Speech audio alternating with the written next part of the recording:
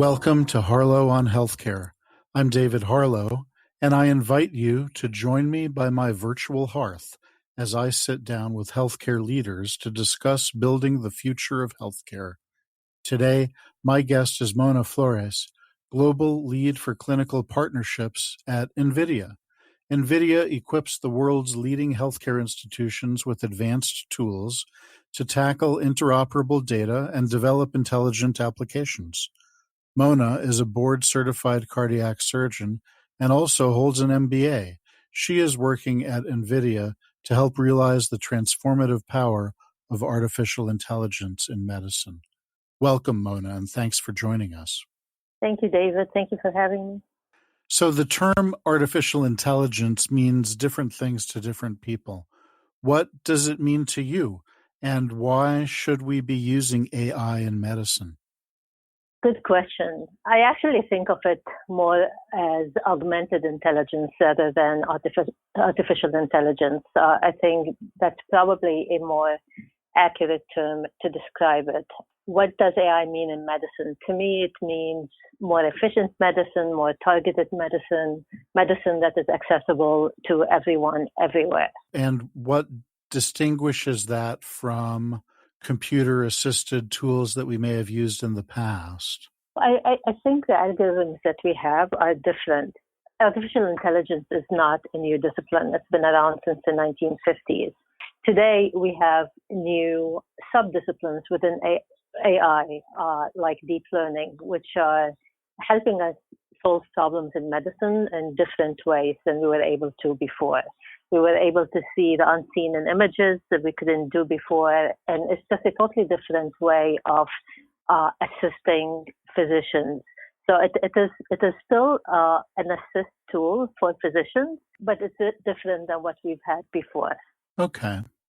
So how do you see the latest generation of AI, of artificial intelligence or augmented intelligence, being used in medicine, and sort of what are the opportunities there? So if you think of medicine and where we've come from the Middle Ages, where they used to bleed people in order to cure them from diseases, we're obviously way ahead than we were before. We think of ourselves, physicians, as scientists. We're doing things based on evidence. However, it's still not perfect. It is not a perfect science, and there's still a lot of art in medicine.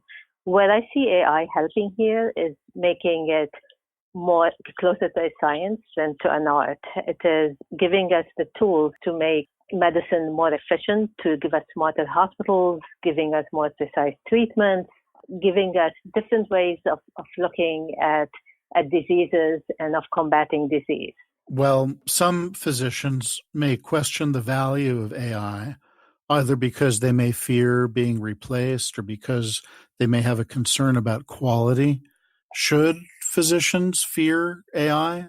Can you offer any words of reassurance that some diehard skeptics out there might be able to hear and accept?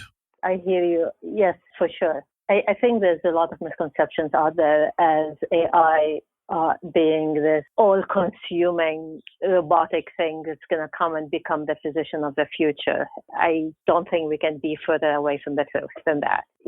Again, AI is a tool. It's a tool that can be used by physicians to make their work easier, to make their work faster, to make their work more precise. But at least in my opinion, I don't think we'll ever be able to replace a physician end to end, nor should it replace a physician end to end. There's a lot of hype out there about what AI can do, but AI is really very well suited to specific tasks. And being a physician is nothing like just one specific task. It's multitudes of tasks. It's integrating information from different sources everywhere, incorporating your experience, the experience of others, things you've read, the history, the record. It is way more than one specific task, which is what AI excels at. So if you give AI an image and say, look at this image, and can you tell me, is there something that looks like it might be a nodule on this image? It could be that AI would, and it does today, is able to tell you with a certain accuracy that there is a nodule in this image. Having said that, that is not all that a physician does. There is so much more to a physician's work. And what AI does today is it enables the physician to delegate things that the machine can do so that they can go and do what the machine cannot do, which is the remaining 90% of medicine. Does that make sense? Right. As we say, sort of practicing at the top of the license, so to speak. Exactly, right? exactly. There are things that can be relegated or delegated to an AI or to other tools. Think of an accountant a few years ago when they had to use a calculator, and think of an accountant today when they can use all of these sophisticated Excel workbooks and statistical packages. They are still doing work. Accountants did not disappear. They're just doing it more efficiently, and they're able to do things at the higher level of the stack, as you said. Same thing with physicians. So in thinking about that borderline, that border area, if you will, what are some of the toughest challenges in medicine that AI can address? Well, let's take a radiologist, for example. Today, a radiologist is tasked with reading a CT or an MRI. They have, in order to do it in a timely fashion, they have to read about an image every 3 to 4 seconds. In an 8-hour workday, that equates to about 8,000 images a day. You can imagine how tiresome that is. You can imagine how time-consuming, and it leaves really little time for anything else. Now, if we can delegate part of that to an AI that makes the physician able to examine all of these images in less time and with higher confidence of what they're reading, that by itself is extremely helpful. Right. There's also, of course, a concern about accuracy. If someone's working at that level of throughput, opportunity for human error to creep in, missing something in an image where at least theoretically the machine doesn't get tired, doesn't need the coffee break, etc. Exactly. And again, there's always, within any AI system, there's checks and balances, and no one is going to be deploying an AI that's just all of a sudden going to tell you the answer. It's going to suggest an answer to someone who has the experience and the education to determine whether that answer is correct. And then in the end, the physician makes a decision. It's the physician's license that is at stake here. The AI is not really making the decision. The AI is just making it easy to come to a decision faster. For instance, if you're looking at CT scans and you're trying to determine if someone has a stroke and you have 1,000 CT scans sitting there, it would be very helpful if you take the CT scan that has a stroke and put it on, or at least the CT scan that the AI thinks has a stroke, and put that on top of the list so that the physician gets to see it first, as opposed to them having to go through 500 studies before they encounter this very critical study. So triage in radiology is very important for this. Let's take another example, radiation oncology. Today, radiation oncologists have to sit by hand, calculate the area of the tumor, the area where they're supposed to radiate around the tumor, calculate the dose. All of this is done very manually. You can imagine if you have an AI algorithm that determines exactly where the tumor is and what are the boundaries around it that need to be irradiated, and calculate the dose. And all of that is done automatically so that now the patient is not getting extra radiation that they don't need, and we're not irradiating tissue that does not have disease. So there's lots of applications where AI can be very helpful today, but by no means is it replacing physicians. Right. Now, I think of NVIDIA historically as more of a hardware company than a software company. And I'm wondering if you could speak to where the value add here is from NVIDIA. Is it hardware? Is it software? Is it consultative services, working with clinical partners? How does all this fit together? Good question. So you're right. NVIDIA 25 years ago was a gaming company. We invented the graphical processing unit, the GPU, for gaming, and we're very good at it.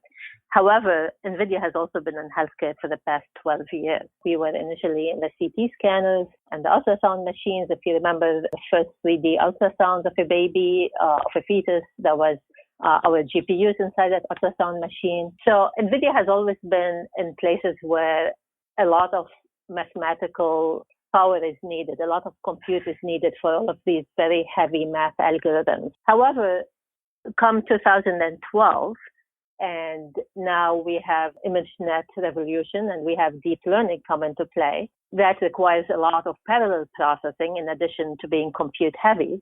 And the GPUs just shine over here because they are all about parallel algorithms. You asked about hardware versus software. NVIDIA has about 12,000 employees today. I would say 90% of these today are software engineers.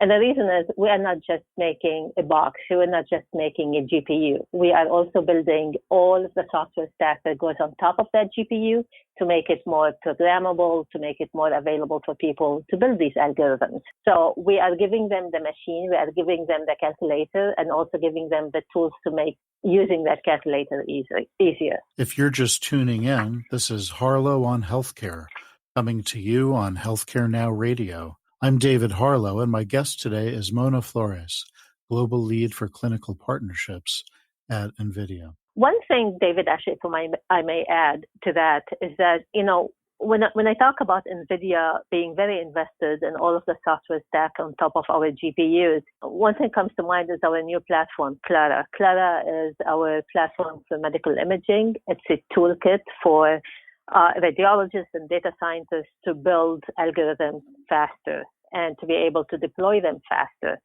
So not only are we doing the software stack from the bottom up, but we're also coming up with these platforms that make it easier to build AI. Right. So it's a combination of hardware tools and software tools at various points in the stack, so to speak. I was very interested to see the initial rollout of that, I believe, earlier this year at a conference in Boston. And the potential that is displayed is just tremendous. In my non-technical, non-clinical opinion, there's just a tremendous opportunity here from my perspective to allow folks to build on top of what you've developed. For sure. It's really democratizing the building of AI. It's allowing physicians who do not have PhDs in computer science and computer engineering to go ahead and build algorithms that work within their workflow, algorithms that talk to their patient population. You're able to transfer algorithms from places like, and we showed this at one of our GTCs. MGH built an algorithm. We were able to take that to another hospital, to Ohio State, where they're able to modify it and refine it to fit their patient population. So it's really just making it much easier to build AI, and it's putting it in the hands of the people who know the problems, the physicians who want to solve for a certain obstacle in their workflow, and enabling them to go ahead and find solutions that way. Well, it's a flexibility and it's a strength, but it raises a question, and putting my former regulator hat on, I have to ask, who should be building AI for healthcare? Is that a government role? Is that an academic medicine role? Is that an industry role? Where does this fit into the whole discussion around regulation of software as a medical device? It sort of raises a lot of different questions. I wonder what your perspective on that might be. We have partnered with the ACR, the American College of Radiology, because they have an artificial intelligence lab. And the way we partner with them is we are not creating these algorithms that are going to go and be used by radiologists and then have to go and get regulatory approval.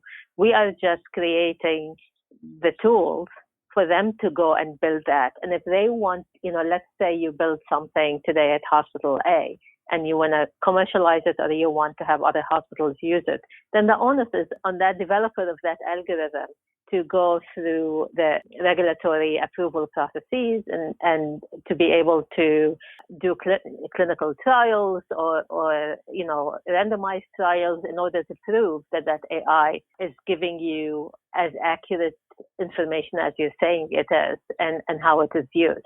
So that's, in reality, as at NVIDIA, we are not involved in that process because we are really way under the hood of creating those algorithms.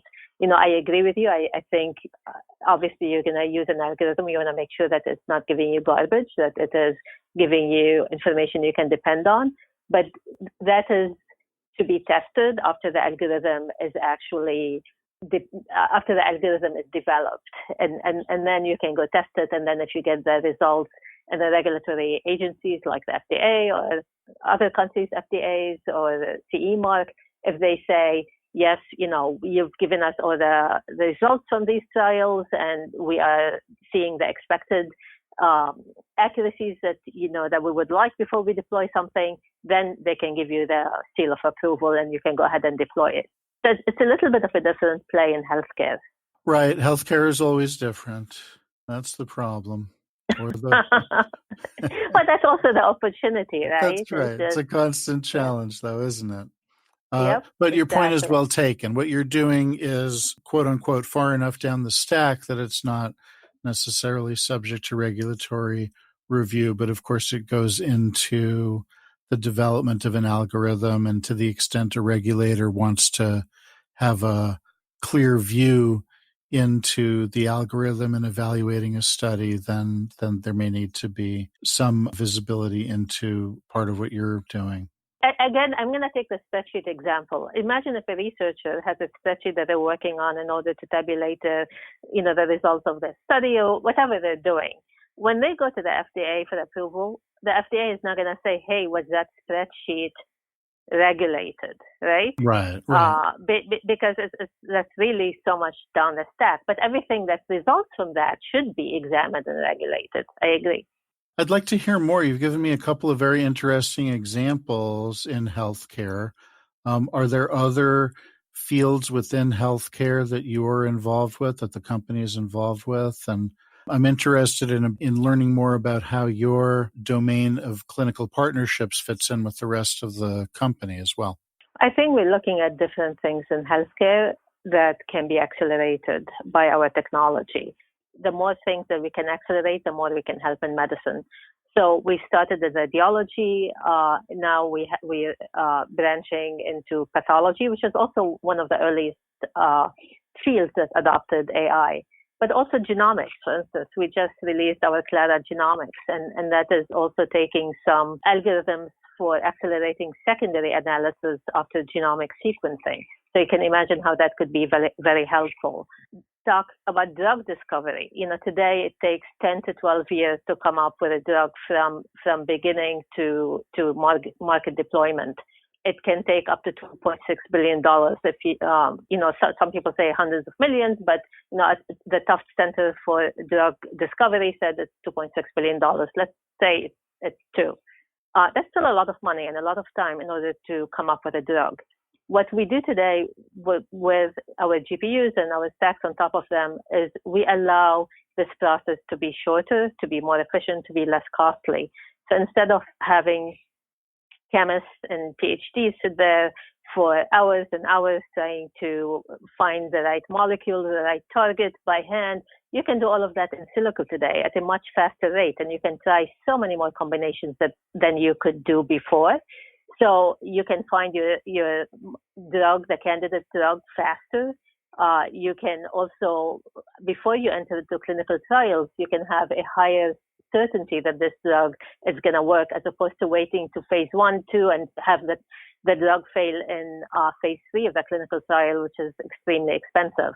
It's really nothing new. Look at how they build airplanes today. They don't go and decide on, they draw a wing on a piece of paper and go and build it and then fly it and say, oh, that didn't work. They do tons of experiments and tons of simulations before they even come to a design that they think might work, and then they might build a prototype. So that's the same thing that's happening in drug discovery, and we are enabling that, again, with our technology.